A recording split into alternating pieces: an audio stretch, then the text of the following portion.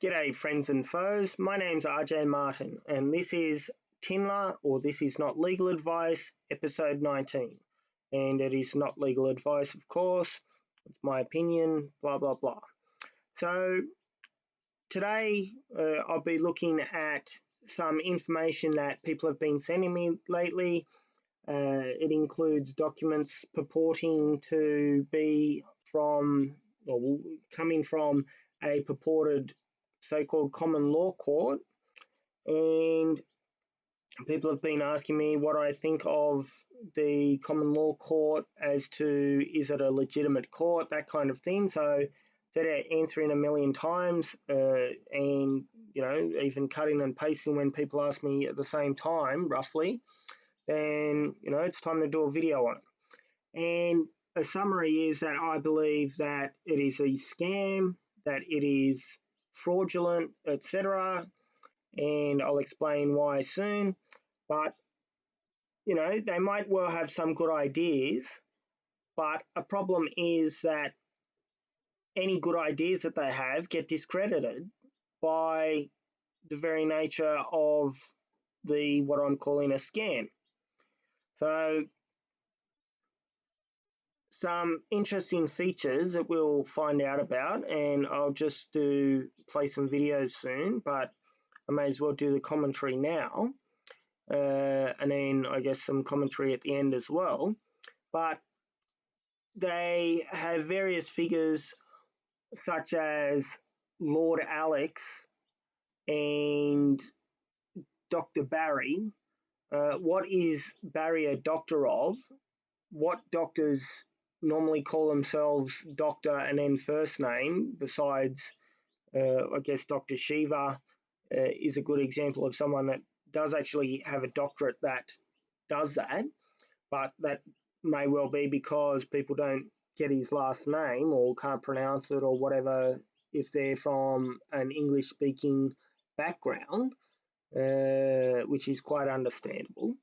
But what is Barry a doctor of? Did he buy a doctorate? Did he go to one of those universities where you just pay them some money, a fake university that is, and they give you a purported PhD? That kind of thing. Maybe he is a genuine doctor of something. If you can comment in the links below or in the comment section below, then that would be great if someone can get to the bottom of it. And with Lord Alex, as he's called, where's his lordship from? What is his lordship? Did he pay some money for, a 1 metre squared plot of land in Scotland where you pay them whatever it is, $50, $40 on special instead of 150, and so-called become a laird? And if you look on those websites anyway, unless they're very stupid, then they have a notice saying this is for entertainment purposes. Another couple of examples are, there are websites, probably by the same company, that say you can buy a star and then asterisk, this is for entertainment purposes only, you don't actually buy anything. Or a plot of land on the moon. Of course, in order to sell something, you have to have good title to it. And obviously, no one really has good title to the moon. Someone might claim that the USA claimed the whole moon or something like that, but, that's a separate story. So there are some places where you can buy so-called fake lordships or fake titles of nobility. I think in the Principality of Hutt you can purchase, a knighthood, something like that. Again, that's really only for entertainment purposes. Even though someone might argue, well, look, the monarch can give titles who died and made them king or queen, and usually it's their mum or their dad. But, besides that, you cannot buy titles, basically, within the so-called common law world, the UK English style of law. So I'm going to start playing these videos soon, and I will make a couple of other comments quickly first, just to get them out of the way. With these videos, it'll show you what they're talking about. Some of you may have seen, say, Mike Holt doing some videos with Dr. Barry, as his name is, or he's calling himself. Also reminds me of some other fake courts and tribunals, such as the International Tribunal of Natural Justice, Sasha Stone's purported tribunal, that has a Chief Justice, or had a Chief Justice, so-called Sir Walsh of Brenner, who faked his knighthood, as an example. But that will be a separate video, because people keep posting, ITNJ stuff as well. And as I keep saying, just because the ITNJ is not what it makes out it is, and is, in my opinion, a scam and fraudulent, doesn't mean that the testimonials or testimonies on the website in their little video calls is fake. But like I said, I'll do a separate video on that particular tribunal, purported tribunal. And you'll also see with Dr. Barry, as he calls himself, channel, that in one of them it says, or on his actual channel, I think it might be for all of his common law court videos, that it says it's for educational, entertainment, and fun purposes, something like that. We'll see the actual wording soon, which I believe is in case they do get caught up with by law enforcement, that they basically say, hey, look, we made it clear that it was satire, that it was for educational purposes, not really educational purposes, even though they're claiming that, but for entertainment purposes and fun. You'll also see them charging money, 25 quid, 25 pounds, each for cards that purport to, one, show that the person's registered with the organisation, which I guess they can argue that part if it was just by itself in court successfully, but combined with the claim that it buys or allows you to buy your own legal fiction back is fake law and what I would consider misleading, deceptive conduct and illegal, basically, theft. And perhaps what should happen is that they get raided, that either the people that have paid their good hard-earned money to that organisation that is having the colour of law or pretending it is lawful when it's nothing to do with the law, in reality, that those people should be offered a refund or asked, hey, look, it turns out it's a scam website. That is, if it is found to be by a lawful court. And do you want your money back, or do you want to pay, say, 5 quid or something for the card that you have, because it doesn't really do anything? It is for entertainment purposes, blah, blah, blah, which on their website doesn't make it clear that it is for entertainment purposes. I don't think so, from what I've seen of it. And anyway, you'll also see, what else do I have? I've got some cases open, purported cases, and that'll do for now, and I'll start pressing play on the videos and let's see what happens.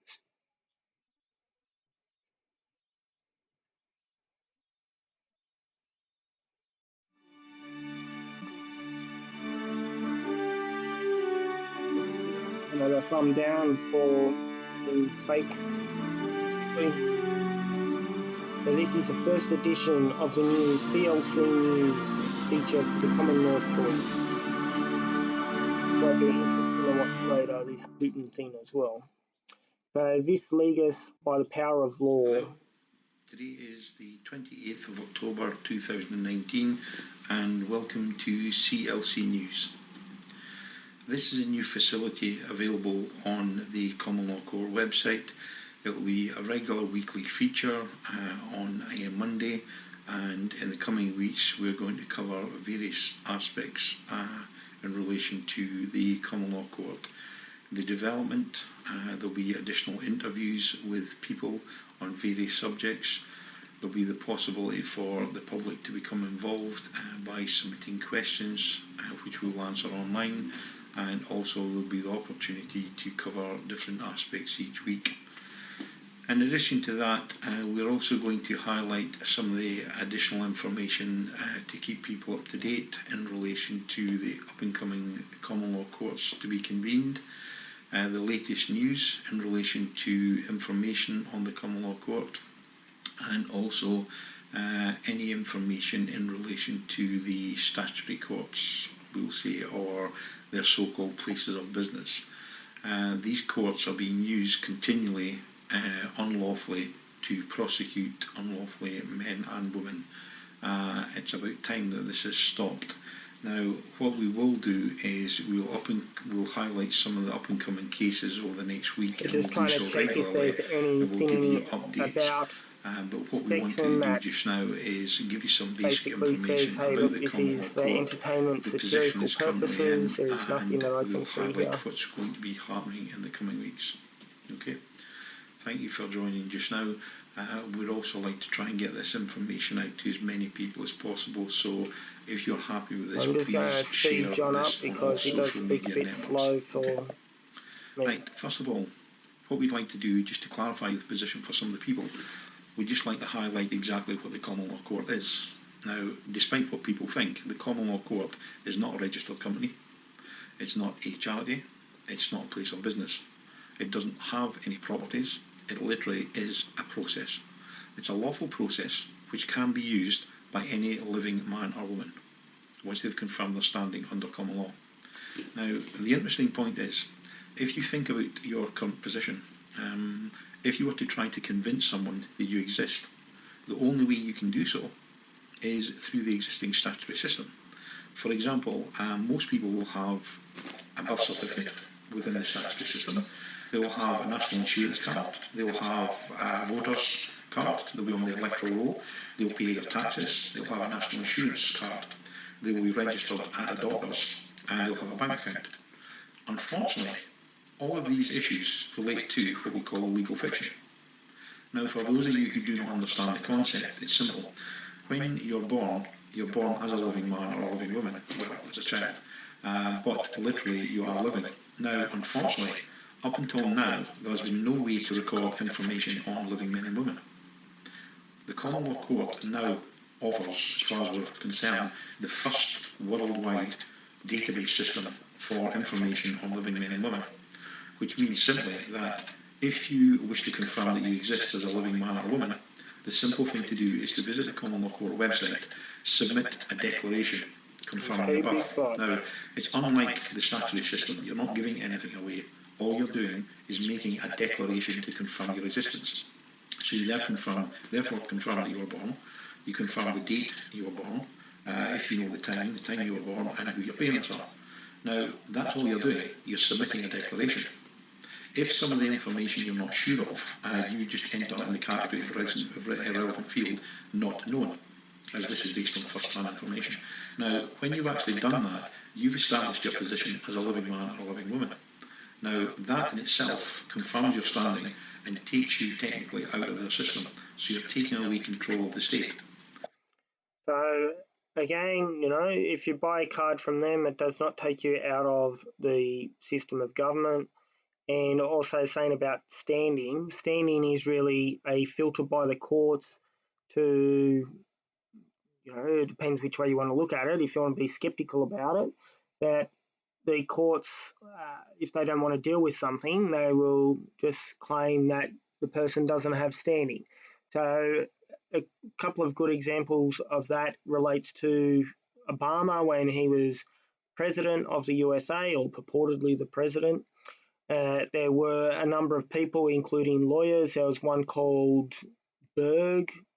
I think that might have been the female lawyer. There was also a male lawyer, Philip someone, maybe it was Philip Berg. But they tried taking Obama to court saying, hey, look, I think it was his stepbrother claimed that he was born in Kenya. His grandmother claimed he was born in a little hut in Kenya, etc., allegedly.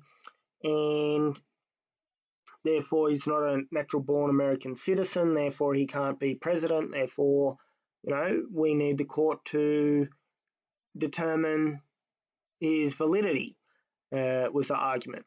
And the courts just threw the matters out, saying, look, you weren't affected particularly more so than anyone else, so you don't have standing, so therefore the case is dismissed. You can't bring the case, or you can't even file. But anyway, so that'll do for that little video. What else is he talking about? Now, the state will unfortunately use what they call the legal fiction to simplify it. Oh, talking about legal fiction. So I'll do a separate video on David Wynn Miller, and there's people that use his information, such as Romley Stewart, stuff about, dog Latin, all caps language, what was it called? The quantum syntax quantum grammar, something like that. I'll do that in a separate video. Probably won't be ready for a while, but that's fine. So just skip that. Here is where you can pay them 25 quid or about $50, something like that, whatever the exchange rate is at the moment. And they claim the common law court now offers the opportunity to purchase your own CLC card. That part's fine on its own. This card confirms that you have recorded your birth with the common law court. That part's fine on its own. And that you have acquired ownership of your legal fiction. That is a big problem for them, I believe, and fraudulent. So they're, through misleading and deceptive conduct, I would argue and submit that they are claiming that there is such a thing as a legal fiction, claiming that you can buy your legal fiction by paying them, as opposed to who owns the so-called legal fiction, the government, the statutory courts, whatever way they want to put it. So that is a problem. So they're making a statement that they knew or ought to have known was misleading or deceptive or untrue, intending that people rely upon such a statement, i.e., trying to sell them these cards. And a person who does rely on it buys a card, and it's to the person who's purchasing the card's detriment and to the so-called common law court's benefit. So, description, it's got blah, blah, blah, same thing as up the top. It also supposedly confirms that you stand under the common law jurisdiction. As I said, Australia is a common law country anyway, as well as the UK. Scotland has a mixed system, or Canada, besides Quebec, that has again a mixed system, in New Zealand. But anyway, so it claims that when you own this card, you confirm that the statutory authorities have no personal jurisdiction over you.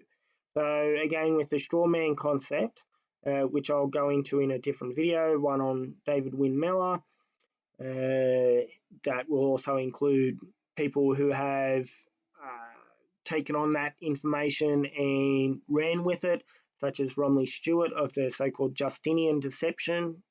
But, Romley might be a cool dude besides that, but it's still fake law. So basically an argument is that courts don't have any jurisdiction over you, and nor do police or whatever, unless you consent to it. Therefore, you can murder someone, apparently, under their rules, but then they ended up changing them, David Wynn Miller, that is, to claim, it doesn't cover natural justice. But supposedly you could murder someone and then you just go to the court and say, apparently you have to say it 3 times, you have no jurisdiction over me, and you can do these big stupid speeches like King Stephen Spires, who I believe is trying to make himself a king. Surprised they didn't do it on Anzac Day, but I guess the lockdown stopped that or prevented it somewhat. But, just wait until Remembrance Day, because, they have this thing about the Anzac being their gods. The Anzac doesn't even make sense. It's the Anzacs, which is Australian and New Zealand Army Corps personnel. But anyway, so that'll be covered in a separate video. But if you be like Stephen Spires and say, I have 1 foot upon the land and 1 foot upon the sea, I hereby renounce my birth certificate, which they take birth as in BERTH, as in your birth in a ship, and that it's Admiralty law, maritime law, blah, blah, blah, which is just garbage. But that therefore you get off. And it didn't work for Stephen, by the way.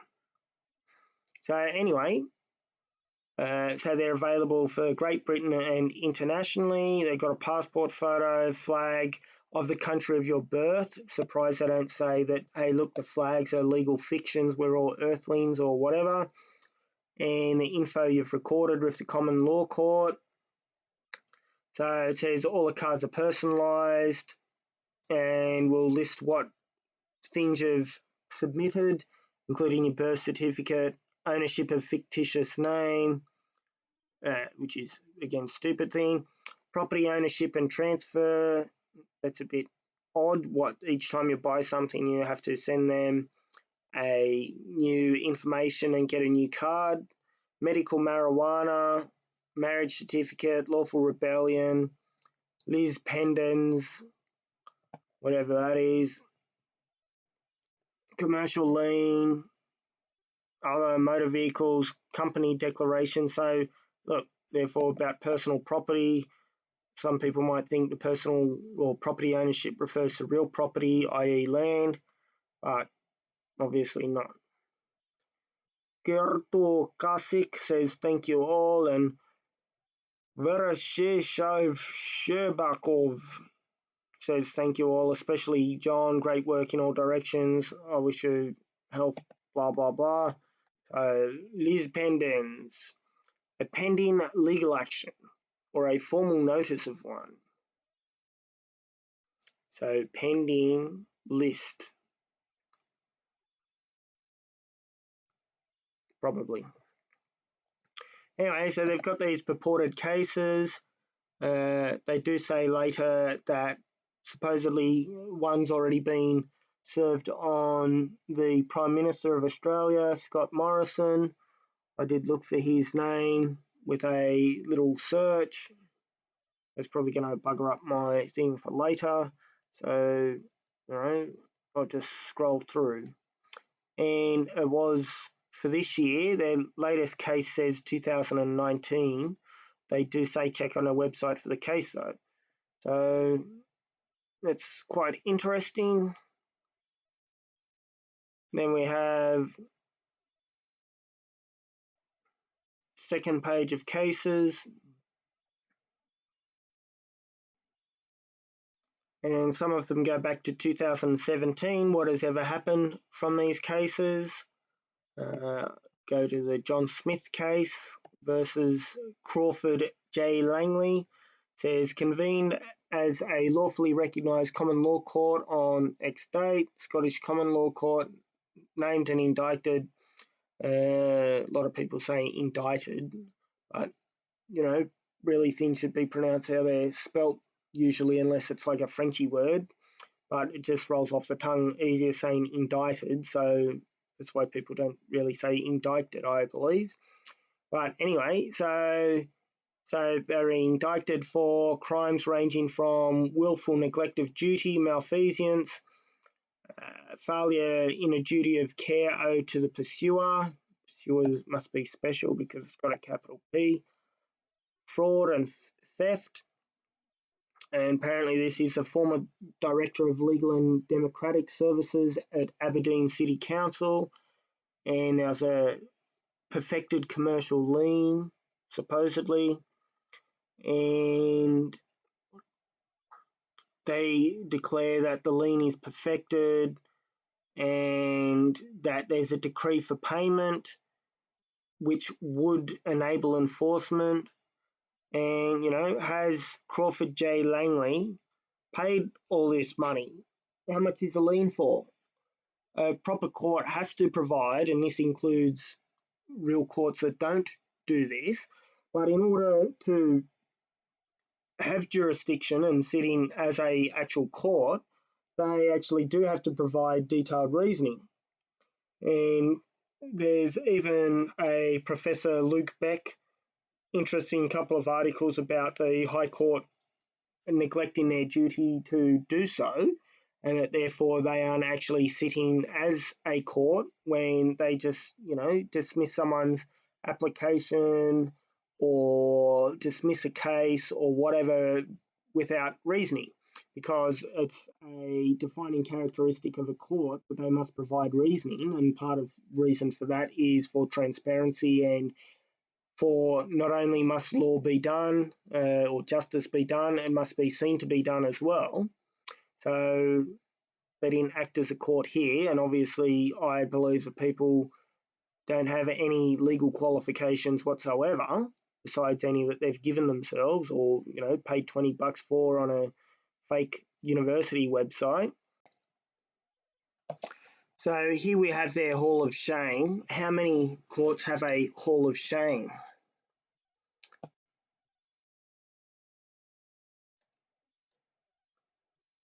Let's just pick a random one. What's this from the 1st of the 1st, 2001?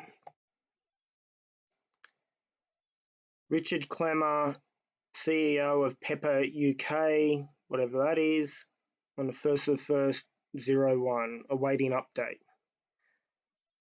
So it's a long time to update things, or they've put in the incorrect date.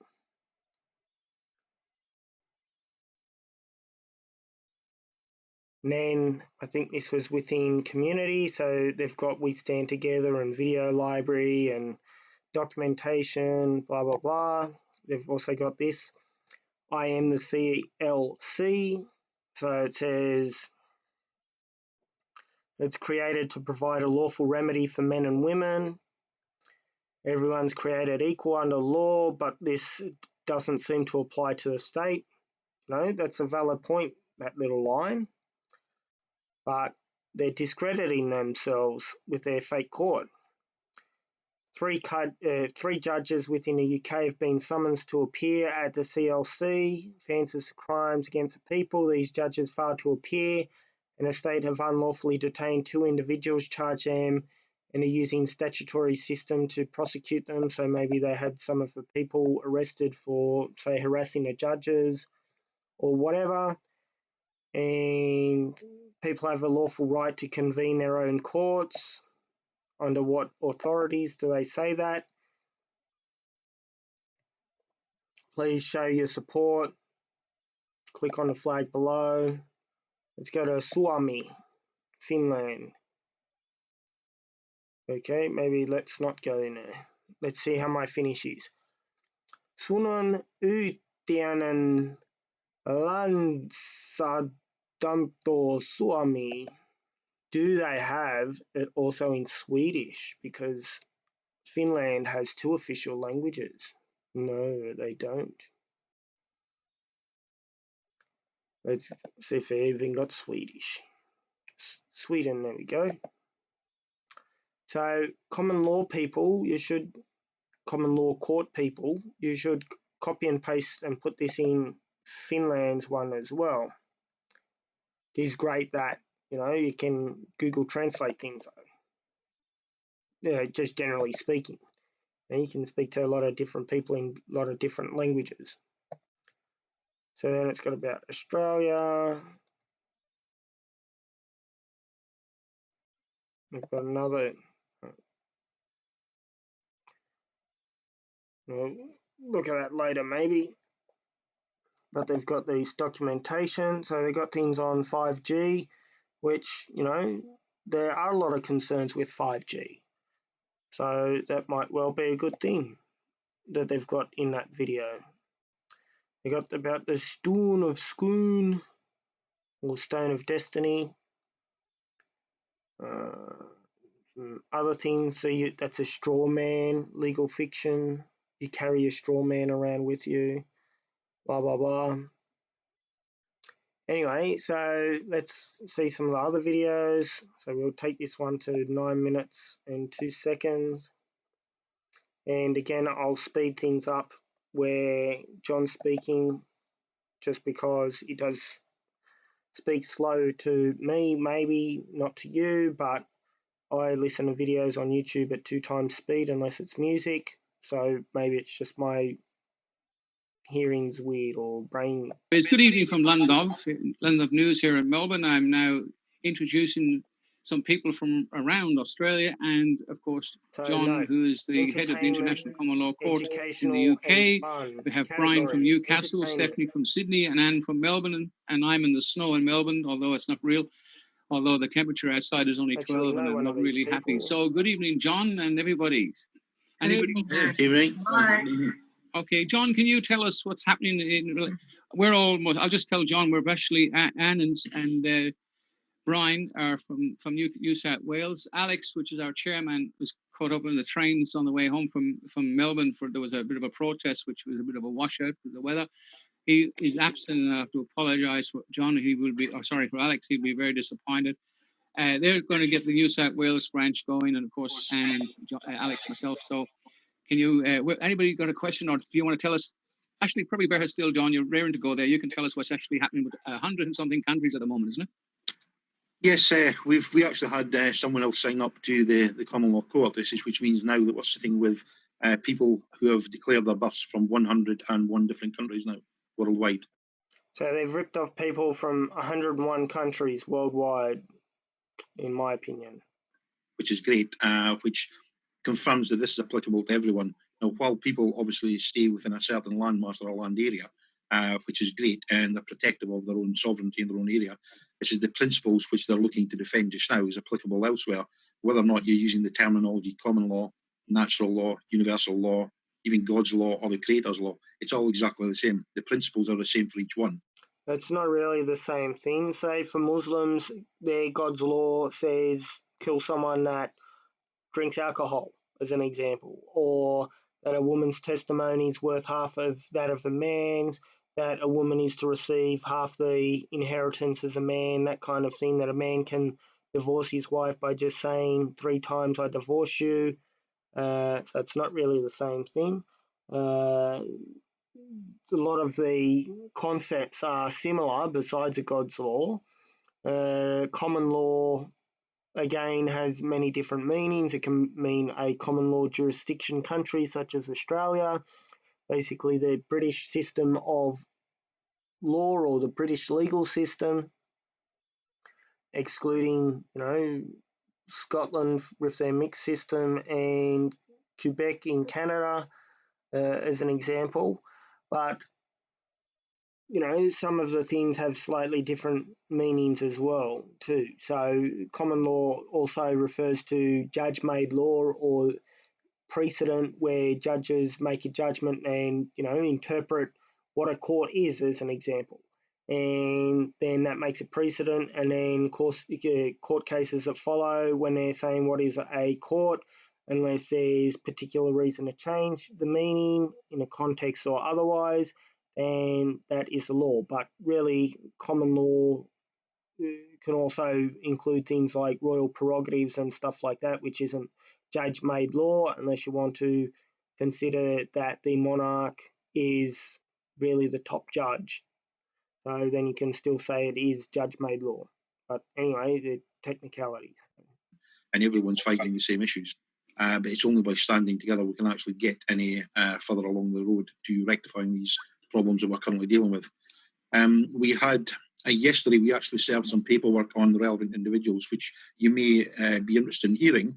Yeah. The premiers and the Prime Minister in Australia were all served with papers yesterday. A copy. So that's a claim that Scott Morrison and the premiers were served with these indictments or whatever, yet I doubt that they even got to see the Prime Minister to serve them personally, even though, you know, they're using their own legal system, if you want to call it that. So maybe under their purported system, they don't need personal service. Maybe, say, registered post is fine, something like that. Of this is up in the Common Law Court site. We also serve individuals relevant to President in premiers in New Zealand. We've done the same with the UK. Now the UK is currently split up into separate governments as well, similar to your own states. We have Scotland, England, Ireland, and Wales, but we also have the Isle of Man, because they have a separate government as well. It's not on their website. In the world, but they also have a separate judicial system as well. Now we've also notified the Premier in the Republic of Ireland. We've also notified the relevant parties from the States and Canada, and I think there's 13 there. And we've also notified all the senators in America, so that's 100 senators. They've received a copy of this notice. Now, the aim of doing this is to assist everyone, yourselves included, with the position that they're obviously trying to defend their sovereignty and their status as a living man or a living woman. So when the Common Law Court was put together, there was a number of people involved, and they sat down and drafted a declaration for the Common Law Court, which is based on 2 or 3 previous documents that were used, but they took a lot of information from the Declaration of Arbroath in Scotland. So they put together this document for the Common Law Court, and it's been posted, and we've used that from day one. Unfortunately, the authorities, they've never actually been served with a copy of this. So what we wanted to do is, given the fact that they are failing to acknowledge our position and they are ignoring us, we've decided to formally serve them with a copy of this by way of a notice of declaration.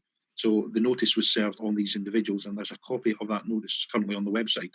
The premiers contacted, and the presidents or prime ministers, they are all given 30 days to respond to it. Now, the only reason they have 30 days is while we're confirming our position as a living man or a living woman and the rights associated with that, we're defending ourselves in the fact that they are not allowed to use statutory legislation against us. Now, we've adopted a position and agreed to stand together with people worldwide, which we're currently doing, and in doing so, we're entitled to adopt this position, but the state cannot turn around and forcibly use things like lockdown or statutory legislation or anything to prosecute us. They have no authority or jurisdiction to do so. There's no contract. But what we've done, because we wish to remain honourable, we've said to them, look, this is a position we've adopted, which we're entitled to do. However, should you believe that we're not entitled to adopt this position, you will give you 30 days to rebut this information.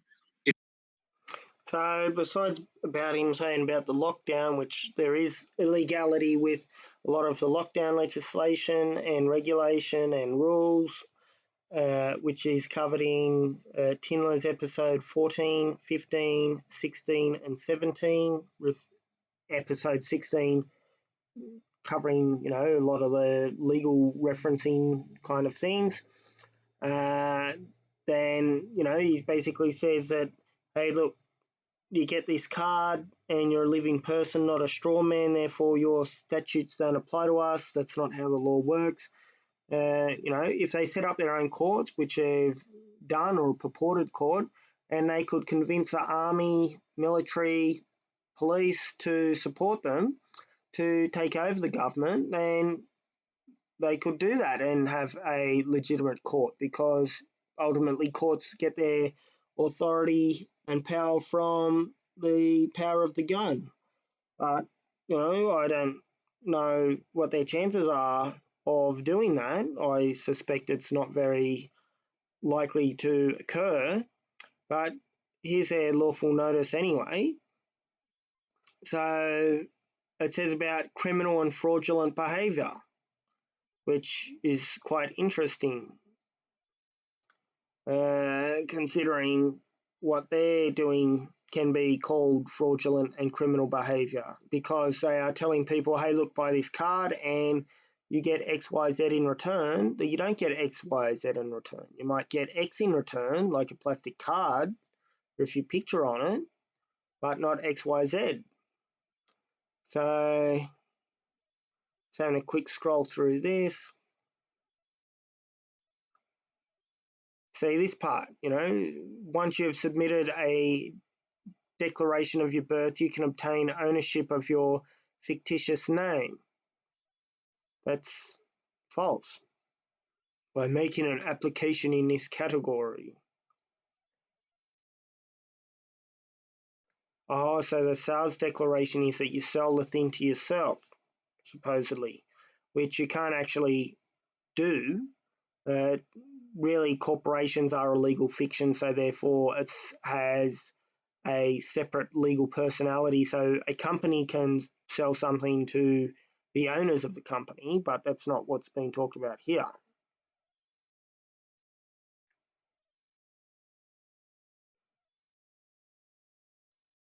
Just having a quick scroll down. Motor vehicles is also interesting because normally, like David Wynn Miller used to say, that a car is not a vehicle, and a vehicle under Black's Law Dictionary refers to a commercial form of transportation. So they should change that because they're contradicting, you know, David Wynn Miller. So it says motor vehicles. It should say personal transport machine or something.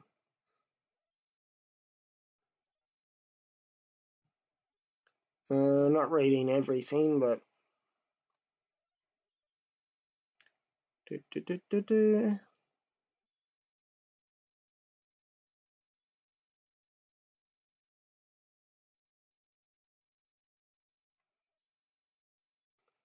see, and this is stupid again. I'll cover this in a David Wynn Miller video about all caps equals a corporation, which is just stupid. And, you know, I've showed people before court cases where there are corporations involved, actual ones like proprietary limited or what some people would call a private company, but we don't have private companies in Australia. You've got proprietary limited. You've also got limited companies and whatever, but they aren't always done in capital letters. And if something's in capital letters, it does not mean that it is a corporation. So here you go about drivers. So driver, it really should say motor vehicle in capitals too, using their thing.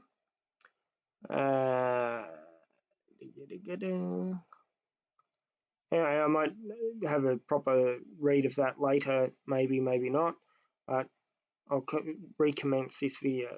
Like, if they choose to do so, they may do so within the 30-day period, but what we'll then do is we'll then take them to a court and put them in front of a jury of living men and women who will then decide and rule on this issue. Realistically, I think it's very slim the chances are that they're going to try and rebut this, because they can't, because we are entitled to do what we're doing. We have an inherent right to do so. So I think it's very slim that they'll try to rebut it because they don't have to. if they don't rebut this, it means after the 30-day period, it's game, set and match, because all you need to do is show them a copy of the declaration from the common law court. You then show them a copy of the letter that was sent to the appropriate Premier, Prime Minister, President, and the fact there's no rebuttal, it's already established your stance as a fact in law, and they can. There are some jurisdictions that do have, basically, this is very summarised, but if something is stated to be fact and put in an affidavit, that if that fact is not rebutted or not seriously rebutted, e.g. if someone just writes, this isn't true, then it's what's called a deemed admission. So therefore the court treats it as if it was admitted, unless it's something like completely stupid, like if someone puts an affidavit saying, my mummy is an alien and she anal probed me when I was in a spaceship, and my mother, who claims that she's my mummy, is not really my mummy because my mummy's an alien that picked up my mother in the, cow fields and whatever, then that's just ridiculous. Even though, maybe it actually happened to someone, who knows? But just correcting that. So other places don't have these deemed admissions. So really in the affidavit, you're supposed to go through and it's got, just say 30 paragraphs, and someone might say, I admit to paragraphs 1, 2, and 3 that I'm Joe Smith, that I have a business called Joe's Plumbing, and that on the 25th of the 5th I attended the person's property, something like that. Then there's, paragraphs 4 to 24 are incorrect or false because, or not admitted to because, X, Y, Z, the person didn't pay me the money or whatever. But let's get too technical. Not use statutory legislation against you, and it's unlawful to enforce this. So this is obviously the next step along the road to confirm what we're doing. I'd spoken earlier on this with Brian just before we came on air. We're speaking about the paperwork that you are. They try to take you into their system, their place of business. They call them courts. They're not their place of business. It's corporations. That's all it is. But basically, it says when you go there, there is a possibility you can submit various documents and information to clarify your position. However, these documents are all lawful and they should be accepted. What you're finding out that the relevant authorities are refusing to accept it because they cannot enforce their own position with what we've done by way of affidavits and other paperwork. So what the state are doing are refusing to accept the documents, which they're not entitled to do. That in itself is a criminal offence. But it's only now that we're now dealing with this, we're going to ensure that these individuals know where they stand, and also if they fail to comply, they will now be prosecuted and held accountable personally.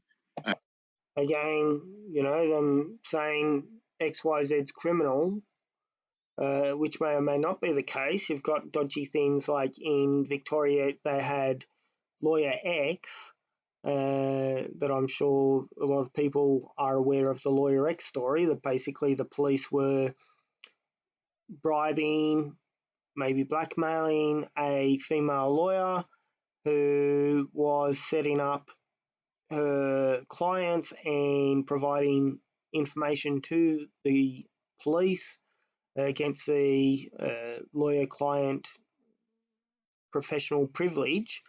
But that's just one example. There's also, as I said about courts withstanding, that system is often abused in that there might be a court case that has legal merit, that is a legitimate court case, and the court says, hey, look, we aren't going to touch that, just say they don't have standing, as an example. Also, another thing I thought of too, with this common law court website, if we go back to cases,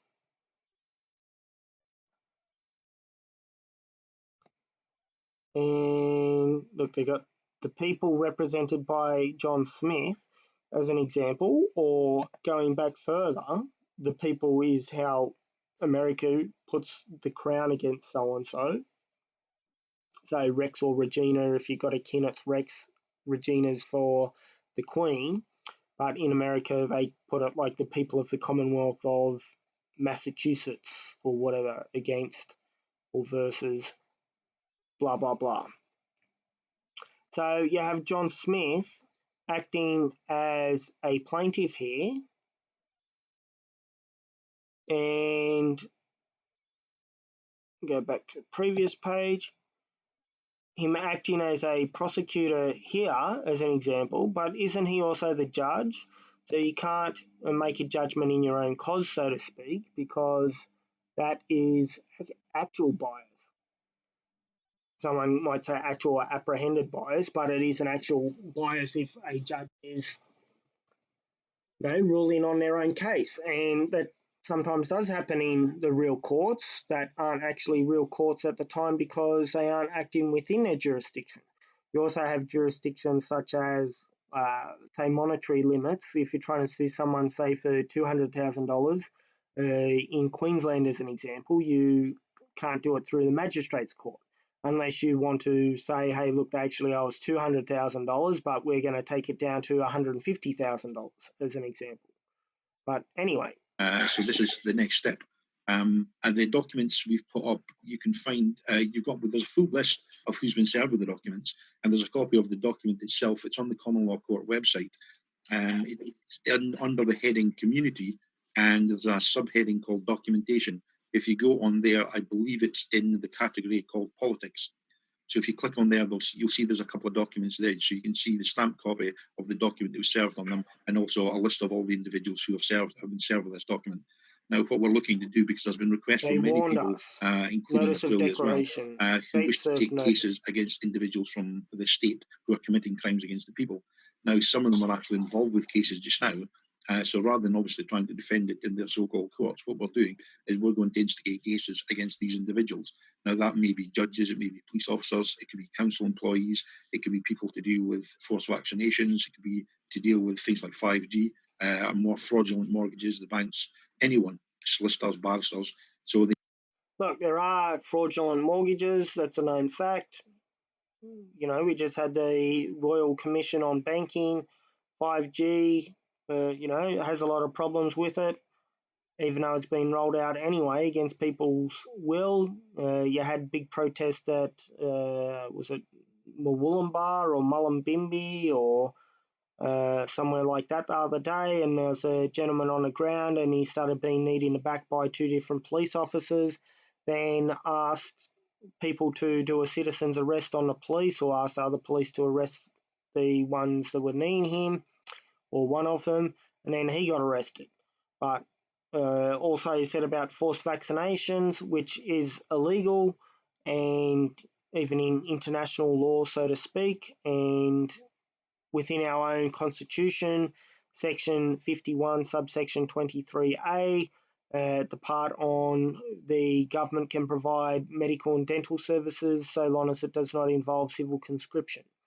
As an example, that's never been tested in court, but you know it should be tested soon. But anyway, we see in this declaration it does have a bunch of people listed, in which case what relevance is their political party? How did they serve Donald Trump? I don't think they did. I'm pretty sure they didn't. Not personal service, at least. Maybe they put in a registered envelope or something. But anyway, so this is a list of the people that are purportedly served this declaration or notice or whatever you want to call it. And these indictments. So this says to world leaders / heads of state, 700th anniversary of the Declaration of Arbroath, which has some really cool lines in it. Anyway,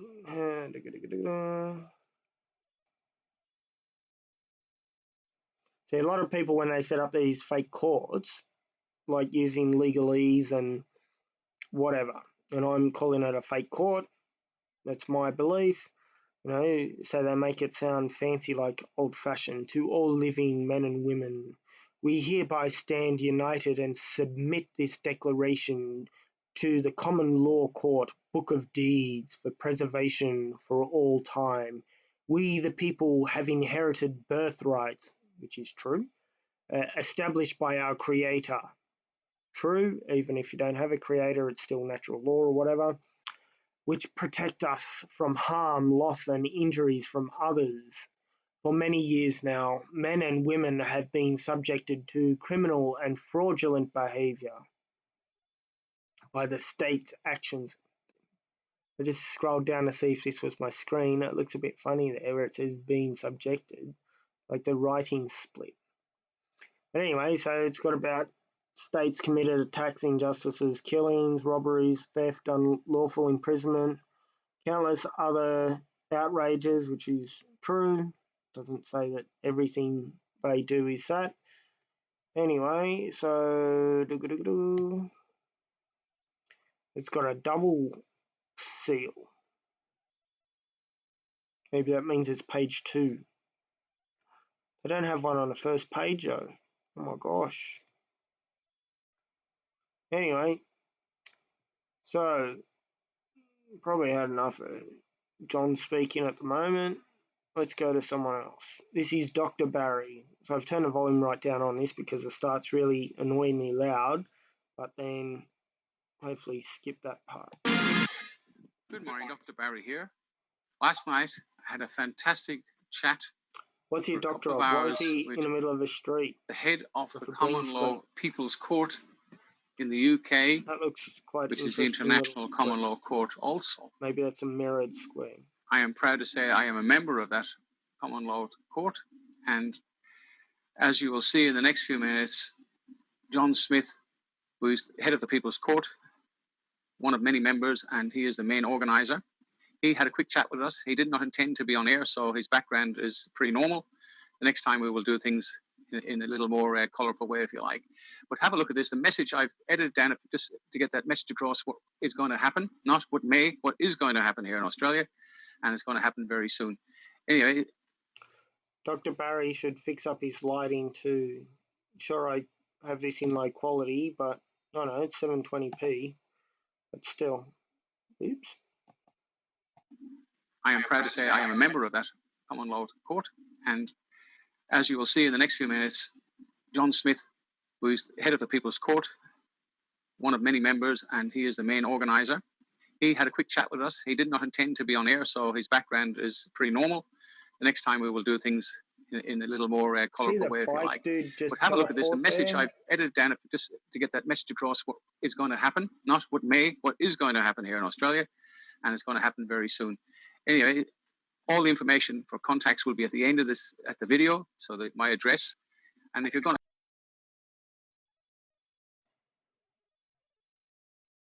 So next we have, I'll skip the start. My cult's videos are interesting, but the starts are a bit annoying, to be honest, but try about here on. So this is the battler. Mike Holt seems like a nice bloke who's incorrect in some aspects of his law that he says, and then he's challenged me on it a few times, and I've backed myself up with references. You see Dr. Barry and Lord Alex.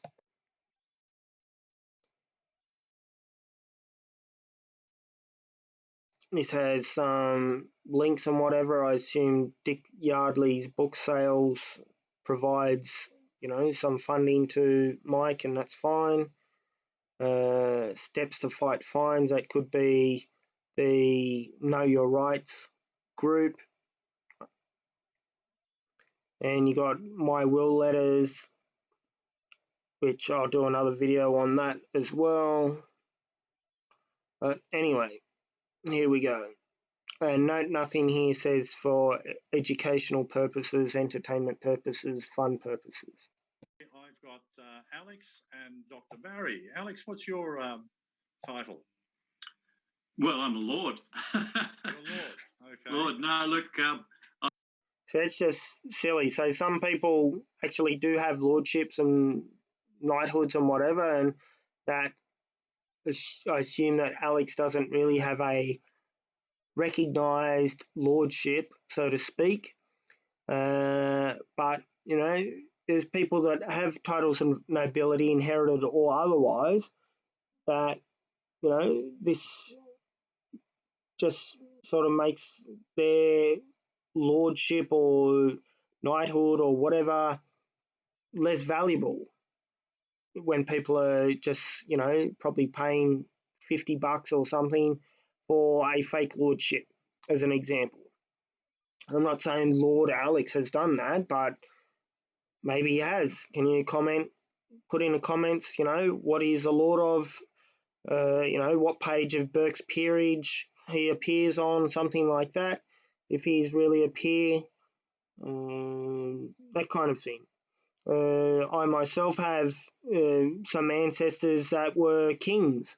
I don't go around calling myself Prince Arjay, although I really could, but I'd look a bit like a Wally doing so, and maybe I should start saying it as a joke. It's not really a joke, but if someone's joking about kings or queens, and hey, look, well, I'm Prince Arjay.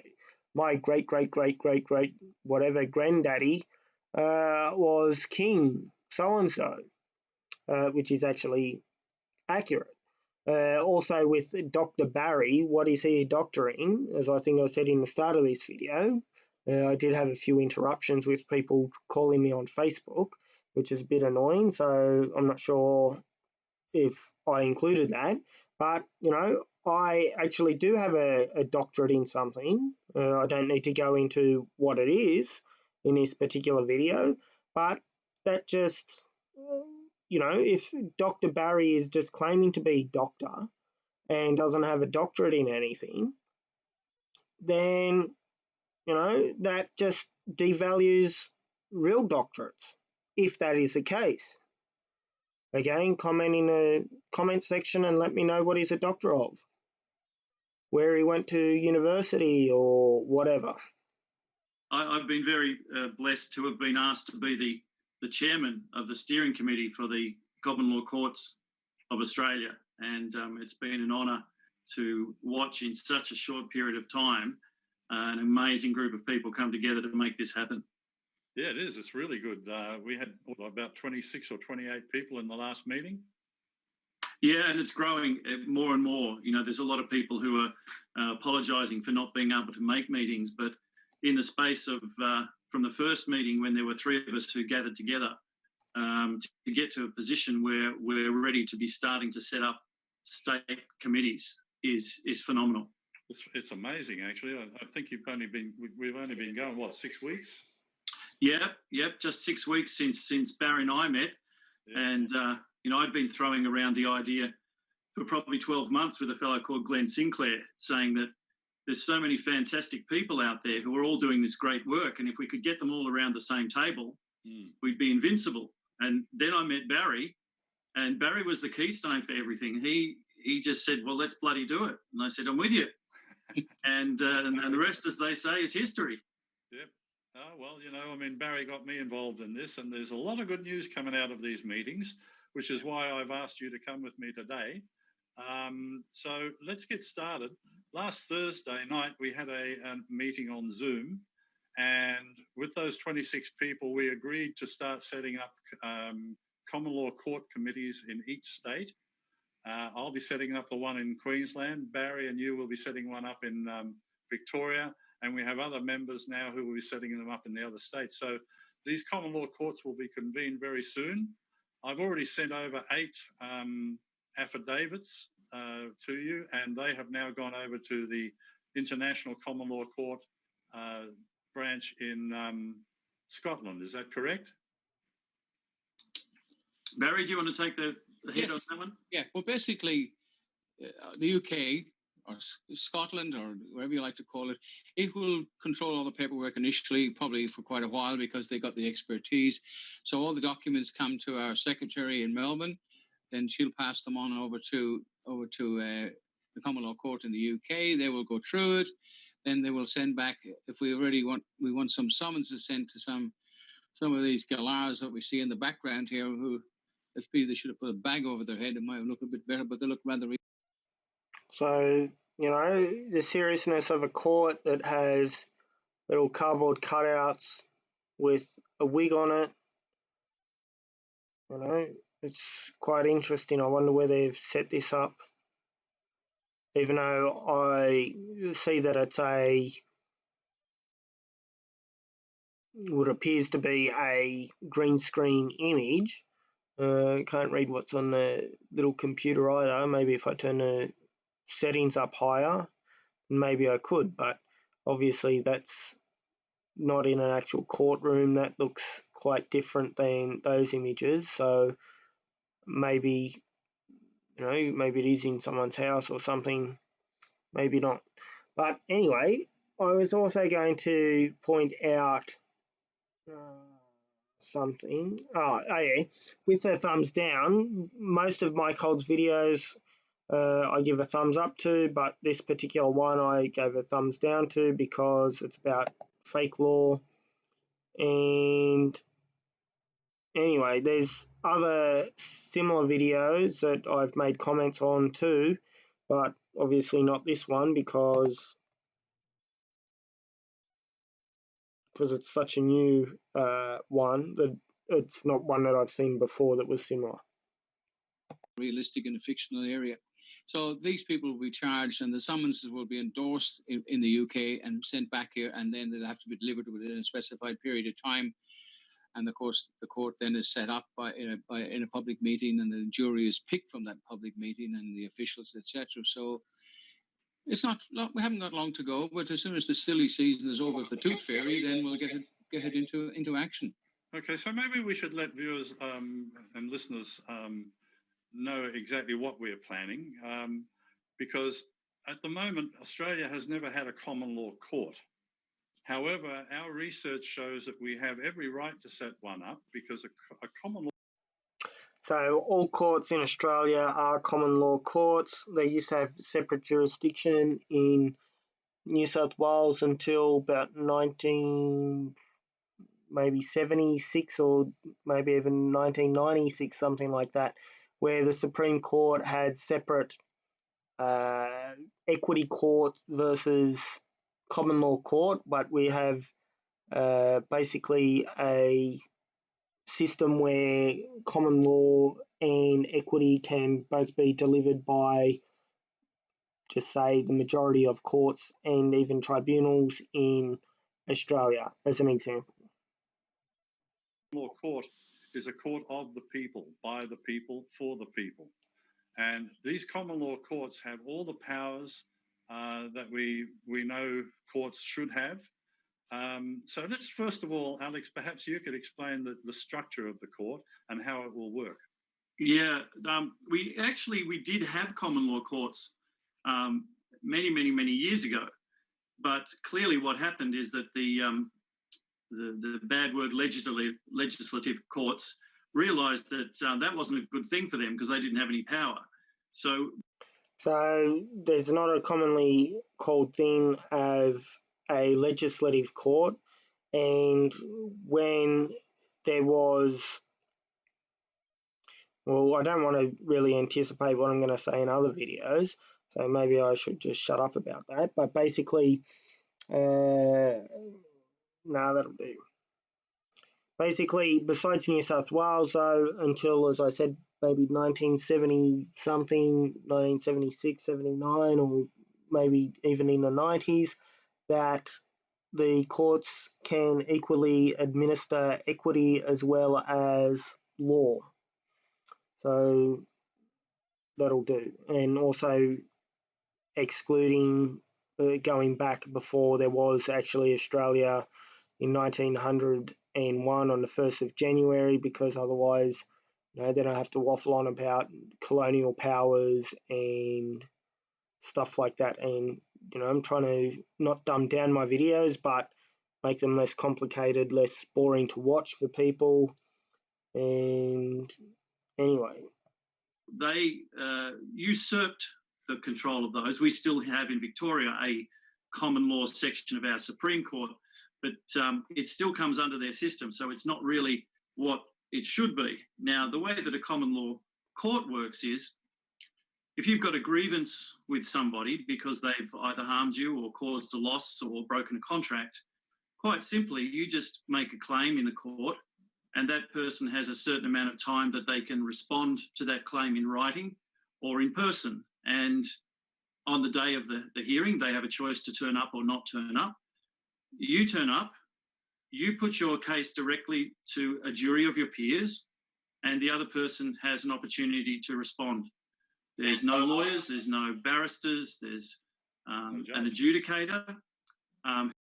So there have been lawyers, barristers for many years, and also over time the barriers between barristers and solicitors have been broken down more and more. Barristers used to only be able to get clients from solicitors. Now they can get them directly, as an example, and barristers, like you can be a solicitor and argue things in, say, the Supreme Court nowadays, instead of needing a barrister to do so.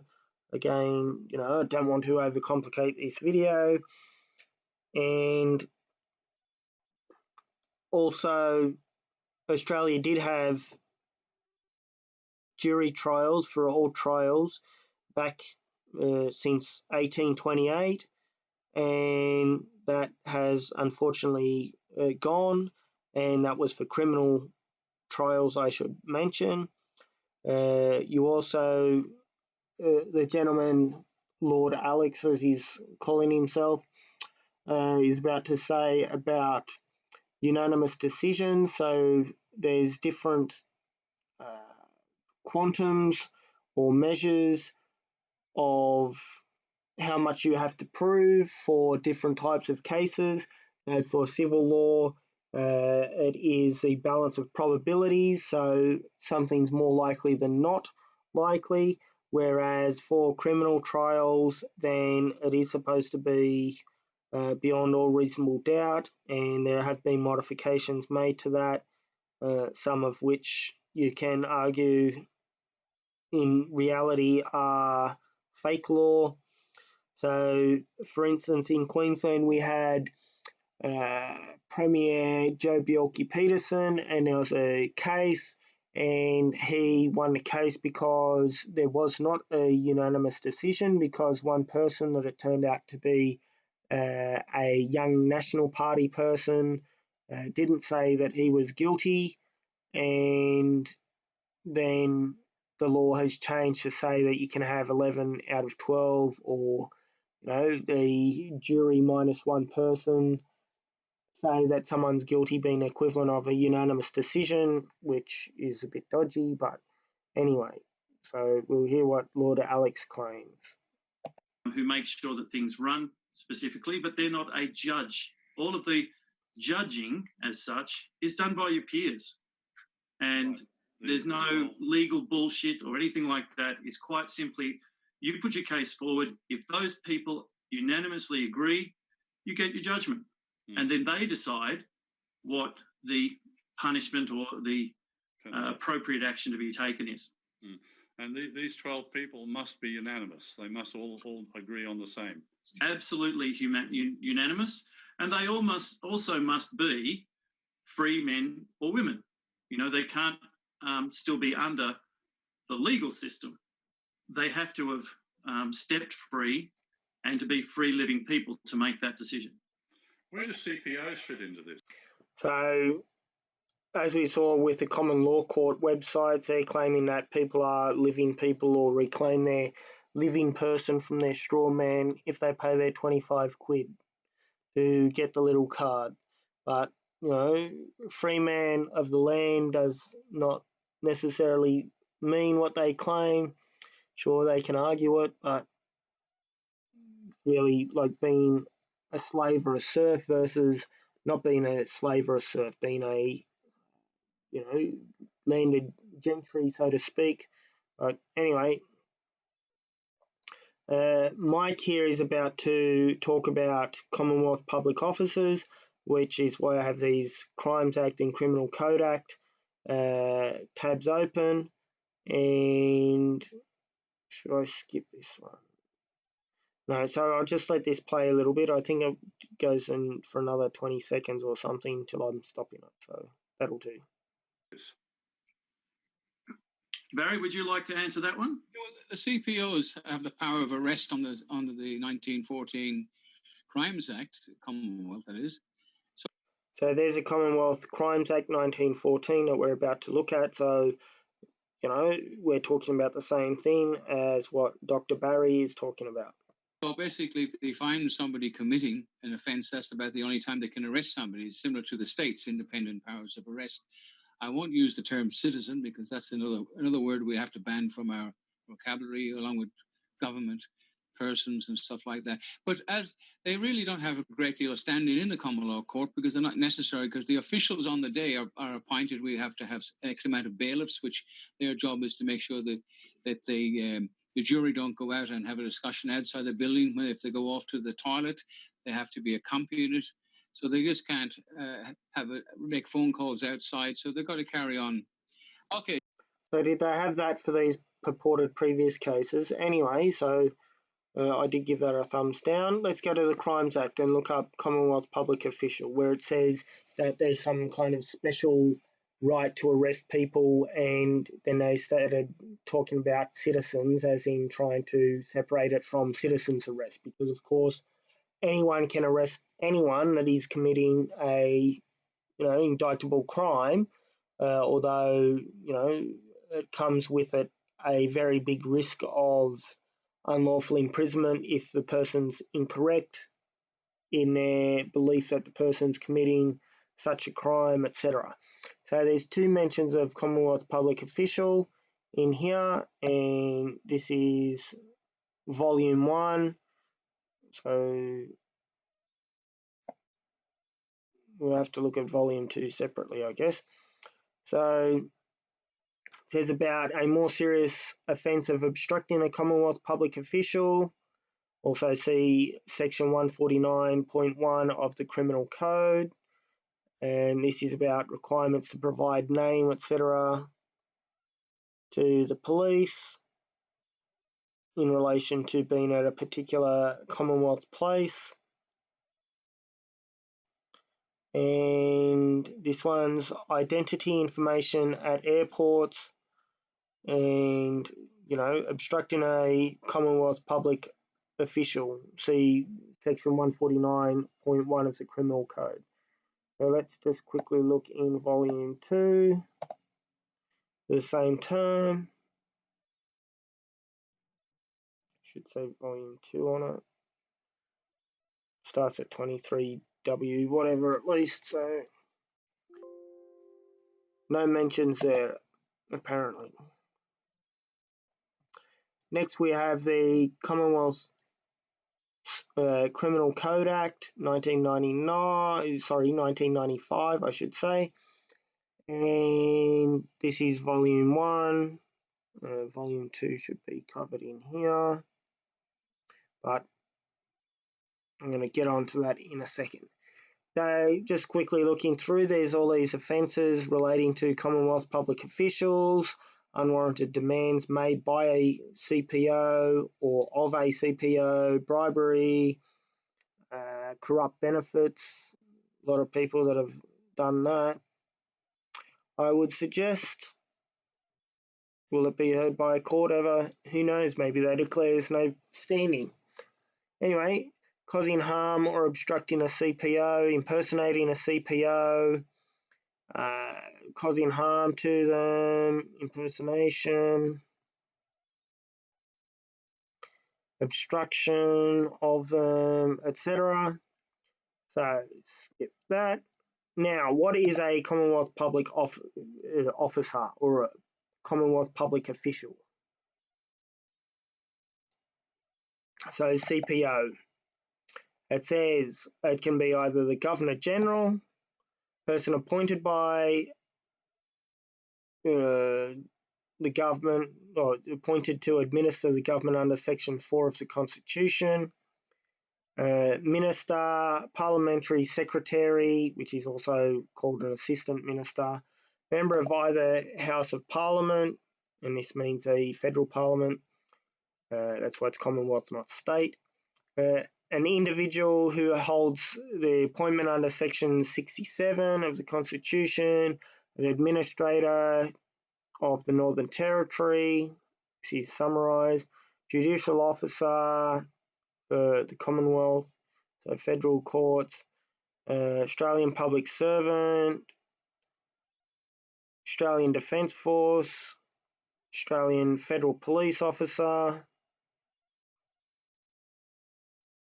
So I don't think it would really apply to the janitor, even though that would be an independent contractor, but still. But at a Australian Federal Police station. An individual under any of these acts, an employee of the Commonwealth or of a Commonwealth authority, an individual under these acts again, registrar, deputy registrar of the ATSIC, Aboriginal and Torres Strait Islander corporations, that kind of thing. So nothing says about, people being appointed by other groups, i.e. of common law court people. So it's actually an offence to impersonate a Commonwealth public official, but that might be for a separate video. There are many good people that put CPO after their name, but obviously haven't read the Criminal Code Act, and that's a separate thing. So this is the last video. So we have people like, this is Juha Kiskanen, also calling himself John K on Facebook. And, he's talking about common law courts here too. So let's discover what he says together for the start. G'day everybody. Freezing cold tonight, so beanie. If you want one of them, you can get them from Morley Signworks in Western Australia. Brendan's one of us, so he'll... So Brendan, whoever Brendan is one of them. So that's interesting. Look after you, and he's got other things there as well. Okay, anyway, look, I started watching that video again of the common law court, and... Let's speed Juha up a little bit. Yeah, I have to hold back. I really do. But I've taken a lot of notes, and I could only get about 7 minutes through the video, and I thought I'm just going to keep repeating myself. So I pretty much stopped there. Now, first thing, the one of the guy, I think I can't remember if it was from Scotland or England, but anyway, he John Smith, Scotland. First thing he said was he declared birth. He declared their births. So first thing I had to ask was, in what jurisdiction? Anyway, so this is probably going to be a long, boring video, but that's fine. As in Juha's one, maybe my one too, but that'll do me for now. I will quickly just say I did mention Sir Walsh of Branagh giving himself a fake title. So this doesn't even make sense here. Whatever Howell's List Barristers is, and it's a commercial website. Why would someone have a Bachelor of Laws as well as a Juris Doctor degree? That doesn't make sense. But apparently Diploma of Criminology, Diploma of Education, Bachelor of Education, sure, someone might have both of those, even though really a diploma should be the equivalent of a first year of, a bachelor's degree in the same field. But anyway, that's a separate issue about how educational systems can be done better here. In a way, well, that's even more stupid. This LLB and JD is more stupid, which is a Bachelor of Laws and Juris Doctor degree. It's more stupid than when I went to study a MBA, Master of Business Administration, before realising or finding out that it was basically the same as my Bachelor of Business degree. So here you go, so page not found. So that's interesting. Do they have any page still? Accreditation, about us, our story.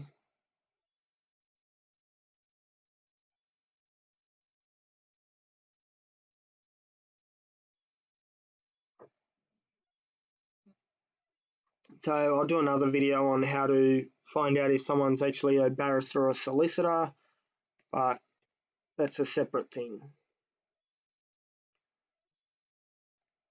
And I don't want to anticipate my other video, although something on this screen shows some interesting things related to it, if that makes sense. Anyway, so I'm going to bugger off now. Thank you for liking, watching, subscribing, sharing my videos.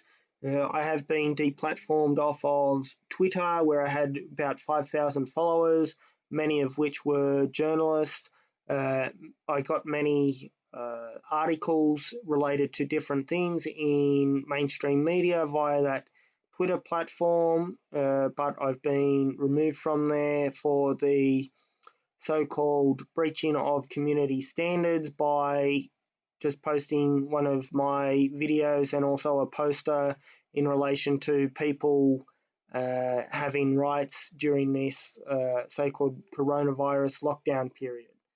So I'm working on getting that back up via various methods. At the moment, they're defaming me by, when I go to the site, how can I do this? I'll just do it should be vote Arjay. So if I go to my Twitter site, so you see it's there, but then click on it. No, well, it's not going to show you. Hey, maybe I can tweet now. So as you see, also Twitter's removed all of my followers and people I'm following. But if I do tweet, it'll probably say you can't tweet. Hi, test. Maybe they've fixed part of it up. So there you go. Something went wrong. Don't fret. Give it another shot. And what did it say down here? Your account is suspended and is not permitted to send tweets. So when other people go on my site, then it just says this account's been suspended.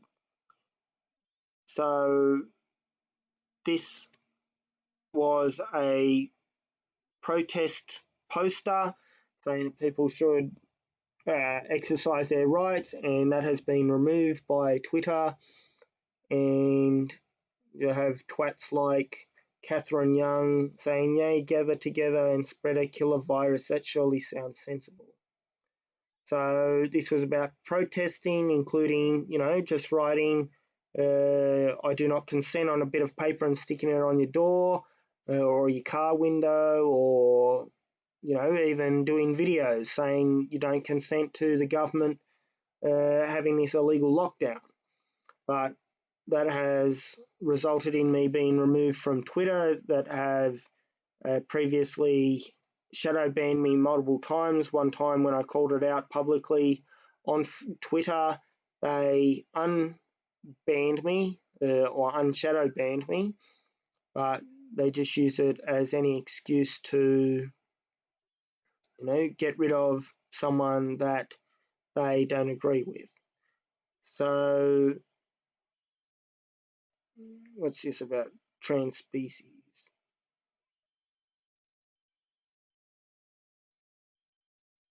Yeah, so there's a little joke about some kid eating grass or whatever and being a cow. Anyway, it is a valid point that Ashley St. Clair makes, that just because you dress your kid a certain way doesn't make them that gender or whatever. Anyway, so please also consider donating to me via paypal.me/Arjay Martin. That's ARJAYMARTIN. If you can afford to help out, that would be very helpful. And I can continue making even better videos than this.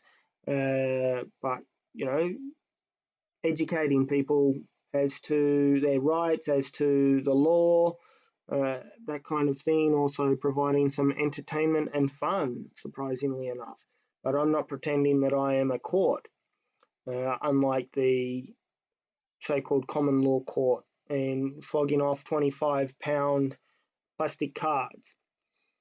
So thank you for your time and enjoy your day. Goodbye.